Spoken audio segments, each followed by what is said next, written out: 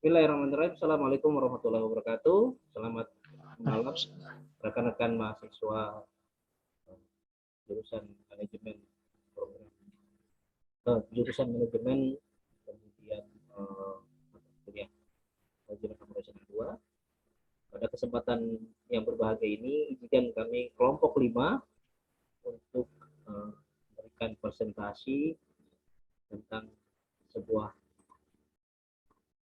topik, yaitu pengaruh lokasi dan fasilitas terhadap keputusan pembelian di toko kelontong Sri Barokah Sumur Adem. Kelompok 5 adalah terdiri dari 9 orang. Yang pertama adalah Pak Ali Faik, kemudian yang kedua adalah Mas Chandra Pamungkas, yang ketiga Mbak Indah Noputasari, selanjutnya adalah Mbak Lucy Aprilia, kemudian selanjutnya Mas Ragil Hari Hidayat, yang keenam adalah Mbak Sabrina Khairunisa, selanjutnya ketujuh Pak Sujono, ke-9 Pak Eko Hardiato Aji, dan saya sendiri yang terakhir yaitu Yosi Sajati. Teman-teman sekalian dan Ibu dosen Bu Siti Nursana yang kami hormati, di outline ini apa yang kami bikin terdiri dari beberapa bagian. Yang pertama adalah pendahuluan, yang kedua adalah tinjauan pusaka, yang ketiga adalah metodologi penelitian, kemudian yang keempat adalah hasil dan analisa serta kesimpulan dari penelitian kami. Untuk pendahuluan, toko kelontong adalah sebuah toko yang di dalamnya menjual berbagai macam kebutuhan sehari-hari yang merupakan kebutuhan primer manusia. Toko kelontong termasuk ke dalam UMKM atau usaha mikro kecil menengah. Pemilihan lokasi usaha merupakan salah satu strategi dalam memperbesar peluang demi untuk mendapatkan konsumen. Toko kelontong Sri Barokah Sumur Adem terletak di tengah pemukiman penduduk yang bisa dikategorikan sebagai toko independen, yaitu tidak terisolasi serta tidak terintegrasi dengan toko lainnya seperti pusat perbelanjaan, sehingga bebas dari aturan dan biaya operasional yang relatif rendah. Selanjutnya, slide yang kelima akan dibacakan oleh rekan kami, Mas Ragil. Silakan Mas Ragil. Ya, terima kasih Pak Yosi. Untuk di sini kita bisa lihat rekap pendapatan toko Sri Barokah periode Januari 2022 sampai Maret 2022, di mana pada bulan Januari memiliki pendapatan sebesar 5.791.000, Februari di 5.568.500 rupiah, di bulan Maret di 5.592.000 rupiah. Di sini bisa kita lihat bahwa dari Januari mengalami pendapatan yang cukup tinggi. Selanjutnya di tinjauan pustaka. Di tinjauan pustaka di sini ada teori lokasi. Teori lokasi adalah ilmu yang menyelidiki tata ruang, spatial order, kegiatan ekonomi, atau ilmu yang menyelidiki alokasi geografis dari sumber-sumber yang potensial, serta berpengaruh terhadap keberadaan berbagai macam usaha atau kegiatan lain baik ekonomi maupun sosial. Tarigan 2006, halaman 77. Faktor yang mempengaruhi tingkat aksesibilitas yaitu jarak, kondisi prasarana perhubungan, keamanan jalur, kenyamanan jalur. Selanjutnya, lokasi menurut Lupiadi 2009 berhubungan dengan di mana suatu usaha bermarkas atau melakukan operasi atau kegiatannya. 3 jenis interaksi yang mempengaruhi lokasi. Yang pertama, konsumen mendatangi pemberi usaha, pemberi jasa mendatangi konsumen, pemberi jasa dan konsumen tidak bertemu secara langsung. Berikutnya, faktor pemilihan lokasi menurut Hindriani 2010. Dilihat dari sisi produk, ada premier, sekunder. Dilihat dari luar sisi produk, bisa letak konsumen atau pasar, sumber bahan baku, sumber tenaga kerja, air, suhu udara, listrik, transportasi, lingkungan masyarakat sekitar, peraturan pemerintah, pembuangan hasil limbah, kemudahan memperoleh fasilitas spare part pabrik, fasilitas untuk karyawan. Berikutnya di faktor pemilihan lokasi menurut Ciptono 2007 yaitu ada akses, visibilitas, lalu lintas trafik, tempat parkiran luas, ekspansi, lingkungan, persaingan, dan peraturan pemerintah. Selanjutnya di halaman 10 bisa dibacakan oleh Mbak Lucy. Baik, terima kasih. Untuk selanjutnya, UMKM atau usaha mikro, kecil, dan menengah. Berikut pengertian dari UMKM berdasarkan Undang-Undang Nomor 20 Tahun 2008. Usaha mikro adalah usaha produktif milik perorangan dan atau badan usaha perorangan yang memenuhi kriteria usaha mikro sebagaimana diatur dalam undang-undang ini. Yang kedua, usaha kecil adalah usaha ekonomi produktif yang berdiri sendiri, yang dilakukan oleh perorangan atau badan usaha yang bukan merupakan anak perusahaan atau bukan cabang usaha yang dimiliki, dikuasai, atau menjadi bagian langsung maupun tidak langsung dari usaha menengah atau usaha besar yang memenuhi kriteria usaha kecil sebagaimana dimaksud undang-undang ini. Yang ketiga, usaha menengah adalah usaha ekonomi produktif yang berdiri sendiri yang dilakukan oleh orang perseorangan atau badan usaha yang bukan merupakan anak usaha atau cabang usaha yang dimiliki, dikuasai, atau menjadi bagian baik langsung maupun tidak langsung dengan usaha kecil atau usaha besar dengan jumlah kekayaan bersih atau hasil penjualan tahunan sebagaimana diatur dalam undang-undang ini. Oke, selanjutnya ciri dari UMKM. Ciri-ciri dari UMKM ini terdiri dari 5 ciri-ciri. Yang pertama yaitu manajemen berdiri sendiri, yang kedua modal disediakan sendiri, yang ketiga daerah pemasarannya lokal, yang keempat aset usahanya kecil dengan jumlah karyawan terbatas, yang kelima asas pelaksanaan UMKM adalah kebersamaan ekonomi yang demokratis, kemandirian, keseimbangan, kemajuan berkelanjutan, efisien, keadilan, serta kesatuan ekonomi nasional. Selanjutnya, kriteria dari UMKM. UMKM sendiri terdiri dari 3, yaitu usaha mikro, usaha kecil, dan usaha menengah. Usaha mikro memiliki kekayaan bersih paling banyak 50 juta, tidak termasuk tanah, bangunan, tempat usaha, atau memiliki hasil penjualan tahunan paling banyak 300 juta. Yang kedua, usaha kecil, yaitu memiliki kekayaan bersih lebih dari 50 juta hingga 500 juta, tidak termasuk tanah dan bangunan tempat usaha, atau memiliki hasil penjualan di atas 300 juta hingga 2,5 dalam 1 tahun.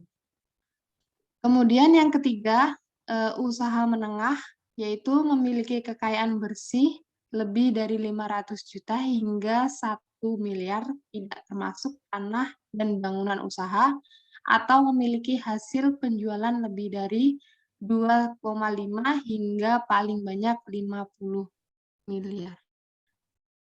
Kemudian yang selanjutnya adalah keputusan pembelian, yaitu merupakan suatu konsep dalam perilaku pembelian di mana konsumen memutuskan untuk bertindak atau melakukan pembelian ataupun pemanfaatan produk atau jasa tertentu. Keputusan pembelian ini dibedakan menjadi 8 tahapan atau 8 proses. Yang pertama yaitu atribut produk. Atribut produk adalah suatu komponen yang merupakan sifat-sifat produk yang menjamin agar produk tersebut dapat memenuhi kebutuhan dan keinginan yang diharapkan oleh pembeli. Yang kedua adalah gaya hidup. Gaya hidup atau lifestyle adalah pola kehidupan seseorang. Gaya hidup ini dibagi menjadi 3 bagian, yaitu activity, interest, dan opinion. Kemudian yang ketiga adalah celebrity endorse. Celebrity endorse ini adalah pendukung iklan atau juga yang dikenal sebagai bintang iklan yang mendukung produk yang diiklankan. Kemudian yang keempat, pengenalan masalah, yaitu proses pembeli dimulai dengan pengenalan masalah atau kebutuhan, di mana pembeli menyadari suatu perbedaan antara keadaan sebenarnya dan keadaan yang diinginkannya. Kebutuhan itu dapat digerakkan oleh rangsangan dari dalam diri pembeli atau dari luar. Kemudian yang kelima adalah pencarian informasi, yaitu seorang konsumen yang mulai muncul minatnya untuk mungkin tidak mencari informasi yang lebih banyak lagi jika dorongan konsumen adalah kuat dan objek yang dapat memuaskan kebutuhan itu tersedia. Konsumen akan membeli objek itu. Kemudian yang keenam adalah penilaian alternatif. Setelah melakukan pencarian informasi sebanyak mungkin tentang banyak hal, selanjutnya konsumen harus melakukan penilaian tentang beberapa alternatif yang ada dan menentukan langkah selanjutnya. Yang selanjutnya adalah keputusan membeli. Setelah tahap-tahap awal tadi dilakukan, sekarang tiba saatnya bagi pembeli untuk menentukan pengambilan keputusan apakah jadi membeli atau tidak. Untuk setiap pembelian jenis ini, perusahaan atau pemasar perlu mengetahui jawaban atas pertanyaan yang menyangkut perilaku konsumen. Kemudian yang terakhir adalah perilaku setelah pembelian. Setelah membeli suatu produk, konsumen akan mengalami beberapa tingkat kepuasan atau tidak ada kepuasan. Ada kemungkinan bahwa pembeli memiliki ketidakpuasan setelah melakukan pembelian, karena mungkin harga barang yang dianggap terlalu mahal, atau mungkin karena tidak sesuai dengan keinginan atau gambaran sebelumnya. Untuk mencapai keharmonisan tersebut dan meminimalkan ketidakpuasan pembeli, harus mengurangi keinginan-keinginan lain sesudah pembelian, atau juga pembeli harus mengeluarkan waktu lebih banyak untuk melakukan evaluasi sebelum membeli. Oke, selanjutnya akan dijelaskan oleh Pak Sujono. Terima kasih Kak Lucy. Selanjutnya saya akan menjelaskan tentang tahap proses keputusan pembelian, yaitu pertama pengenalan masalah, kedua pencarian informasi, ketiga evaluasi alternatif, keempat keputusan pembelian, kelima perilaku pasca pembelian. Selanjutnya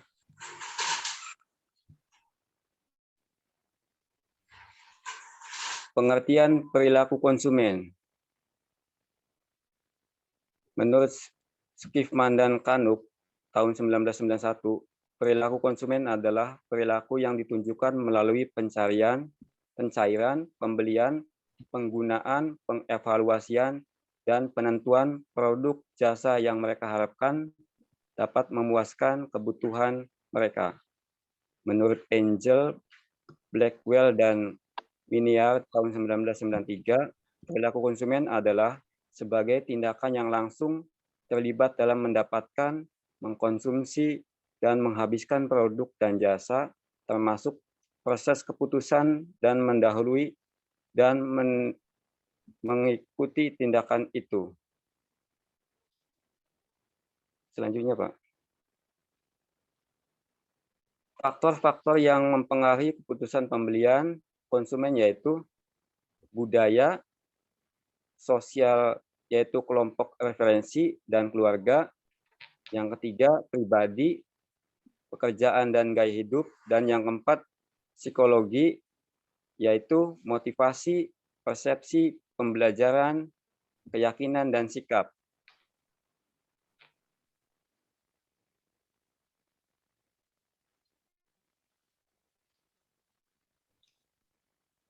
Metode adalah penelitian inferensial research selama 3 bulan pada toko kelontong Sri Barokah Sumur Adem.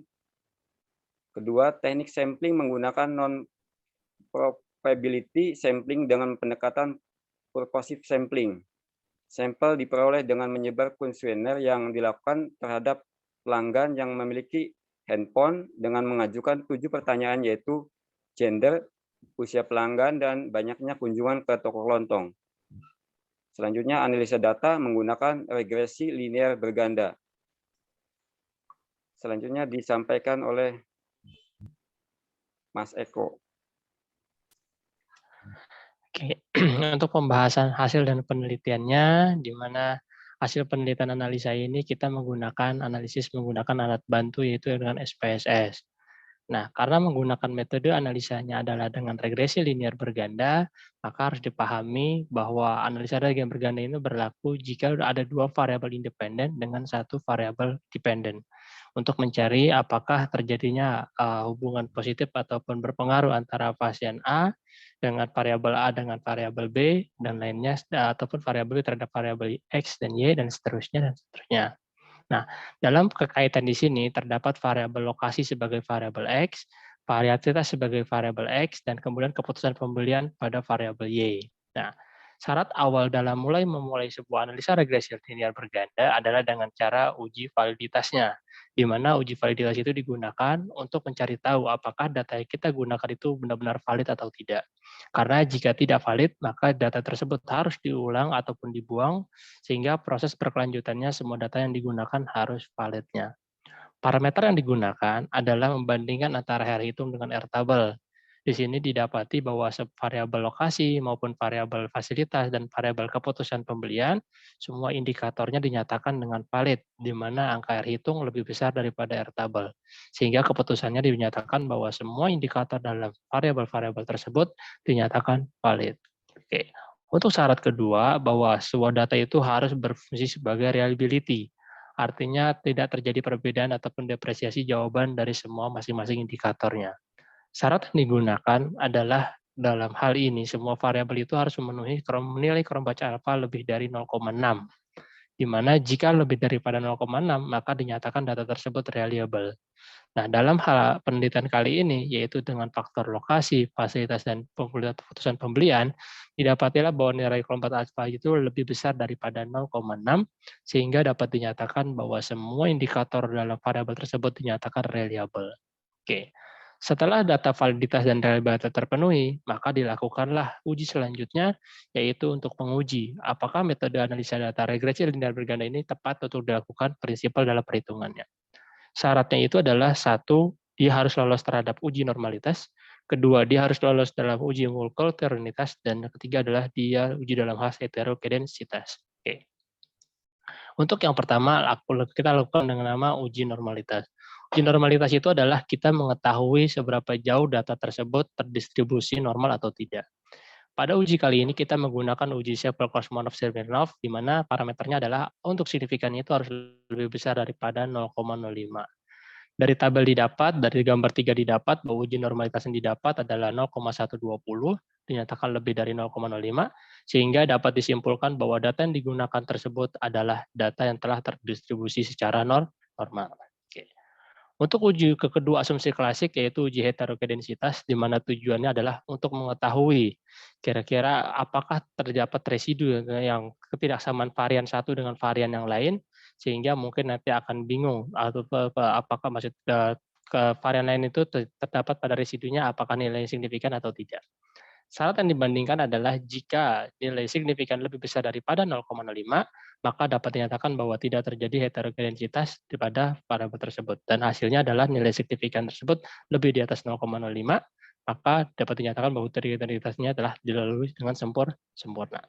Dan yang terakhir adalah uji molekularinitas, di mana nanti kita akan menghitung berapa jumlah VIP-nya, di mana apakah terdapat uji serempak antara variabel independen terhadap variabel dependen, dengan parameternya bahwa nilai VIP-nya itu di bawah 10, maka dalam uji kali ini didapat nilai VIP 1,618, di bawah dari 10, maka disebutlah bahwa uji multikolonialitas itu telah berlangsung sempurna, sehingga tidak ada molekularinitas di dalam parameter tersebut.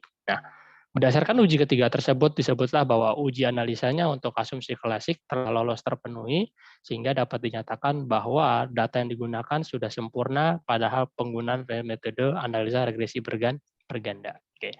Pada tahap selanjutnya, setelah kita mengetahui kita mengetahui bahwa standar untuk pengujian tersebut sudah diloloskan, maka tahap selanjutnya kita akan menjelaskan uji secara regresinya itu seperti gimana.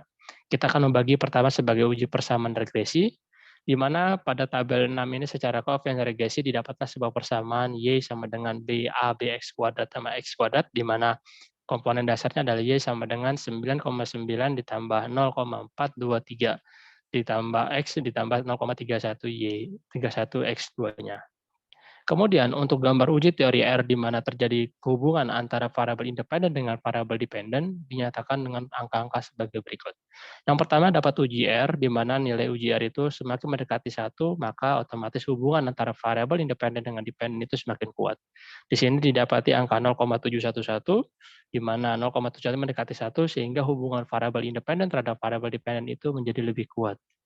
Kemudian data yang kedua ditampilkan dengan S-square adalah perakatan kuadrat dari R tersebut menyatakan bahwa didapati 0,506. Nah, kemudian dipresentasikan menjadi 50,6%. Jadi disimpulkan bahwa variabel X mempengaruhi variabel Y, yaitu adalah sekitar 50,6%, di mana mungkin faktor-faktor lainnya yang mengganggu pada hubungan regresi tersebut. Adjustment R square itu nanti pendapatan per kuadratan dari data tersebut didapati 0,495 sehingga terdapat adjustment sehingga dipengaruhi oleh faktor-faktor lain sehingga membentuk sebuah karakter dalam persamaan regresi tersebut. Nah, dari penjelasan-penjelasan tersebut disimpulkan bahwa uji analisa tersebut mungkin sudah sangat sesuai dengan gambarnya. Sehingga yang keempat kita menggunakan uji ANOVA-nya, yaitu uji serempaknya. Apakah variabel ketika dua variabel faktor lokasi dan fasilitas itu berpengaruh terhadap keputusan pembelian, kita akan menguji dengan uji F-nya. Parameter yang didapati apakah nilai signifikan itu harus kurang daripada 0,05, sehingga ketiga variabel tersebut bisa kedua parameter tersebut dianggap bahwa faktor lokasi dan faktor kemudian keputusan pembelian, maka akan berpengaruh kepada keputusan pembelian. Nah, yang terakhir adalah uji dengan secara hipotesisnya, yaitu untuk menjawab hipotesis pertama apakah lokasi berpengaruh terhadap keputusan pembelian, yang kedua adalah apakah fasilitas berpengaruh terhadap keputusan pembelian. Parameter yang digunakan adalah apabila nilai signifikan lebih kurang daripada 0,05 maka hipotesanya didukung, atau jika signifikan itu lebih daripada 0,05 maka hipotesa tersebut tidak didukung. Berdasarkan data yang didapat bahwa dalam variabel lokasi ternyata mempunyai pengaruh terhadap keputusan pembelian di mana dinyatakan dengan signifikan di bawah 0,05 ataupun nilainya adalah 0,00 sehingga didapati bahwa hipotesa 1 itu didukung. Kemudian untuk hipotesa yang kedua yaitu menjawab fasilitas apakah mempengaruhi terhadap keputusan pembelian. Ternyata dengan hasil didapati bahwa nilai signifikan kurang dari 0,05 atau nilainya adalah sekitar 0,000 sehingga didapati bahwa fasilitas itu mempengaruhi terhadap keputusan pembelian. Oke, untuk selanjutnya akan dijelaskan oleh Mas Eko. Silakan Mas. Terima kasih Pak Ali. Selanjutnya kesimpulan. Hasil dari penelitian lokasi dan fasilitas terhadap keputusan pembelian toko kelontong Sri Barokah Sumeradem dengan jelas memperhatikan yang pertama, hasil variabel lokasi X1 dan fasilitas X2 mempunyai pengaruh yang positif terhadap keputusan pembelian Y1. Yang kedua, berdasarkan hasil pengujian hipotesis pertama, diperoleh nilai P value 0,000 lebih kecil 0,05 menunjukkan bahwa lokasi mempunyai pengaruh terhadap keputusan pembelian. Hasil nilai koefisien B, beta, sebesar 0,423 menunjukkan bahwa lokasi memiliki hubungan yang positif dan searah terhadap keputusan pembelian. Selanjutnya, hasil pengujian hipotesis kedua diperoleh nilai P value 0,000 lebih kecil 0,05 menunjukkan bahwa fasilitas mempunyai pengaruh terhadap keputusan pembelian. Terakhir, hasil nilai koefisien beta sebesar 0,317 menunjukkan bahwa fasilitas memiliki hubungan yang positif dan searah terhadap keputusan pembelian. Next. Selanjutnya referensi, kami mengambil bahannya yang pertama dari Basu Swasta dan Tehani Handoko 2000 Manajemen Pemasaran. Yang kedua, Fandi Cipcono 2008 Strategi Pemasaran edisi ketiga, Sleman Penerbit Andi. Philip Kotler 2003 Manajemen Pemasaran edisi ke-11. Philip Kotler 1996 Manajemen Pemasaran. Philip Kotler 2005 Manajemen Pemasaran jilid 1 dan 2. Kotler Armstrong 2001 Prinsip-prinsip Pemasaran edisi ke-12 jilid ke-1. Philip Kotler dan AB Susanto Manajemen Pemasaran di Indonesia edisi pertama. Selanjutnya Nadia Ningtum Nurul Wahyu Saputra Asron 2020 Pengaruh kualitas pelayanan dan fasilitas terhadap kepuasan konsumen pada PT Capella Dinamik Nusantara. Yang ke-9 Nugroho JS 2003 Perilaku Konsumen edisi pertama Prenanda Media Jakarta. Terakhir Sanggetang Fania Mande L Silvia Mani Harapan Silji Yova 2019 Pengaruh lokasi, promosi dan persepsi harga terhadap keputusan pembelian konsumen pada perumahan Kawanut Emerald City Manado. Jurnal Emba Universitas Samratulangi Manado. Next. Ya, terima kasih. Selanjutnya saya kembalikan kepada moderator Pak Yosi. Silakan. Baik, terima kasih teman-teman sekalian. Teman-teman dari MJ03 dan Ibu Siti Nurhasana. Demikian presentasi kami dari kelompok 5 tentang pengaruh lokasi dan fasilitas terhadap keputusan pembelian di toko kelontong Sri Barokah Sumuradam. Tentunya presentasi yang kami lakukan masih jauh dari sempurna, sehingga kami mengharapkan banyak masukan dari teman-teman dan Ibu Siti Nurhasana sendiri. Mudah-mudahan kita bisa memperbaiki di presentasi-presentasi berikutnya. Demikian pertemuan kita pada kali ini. Mohon maaf atas segala kekurangannya. Assalamualaikum warahmatullahi wabarakatuh.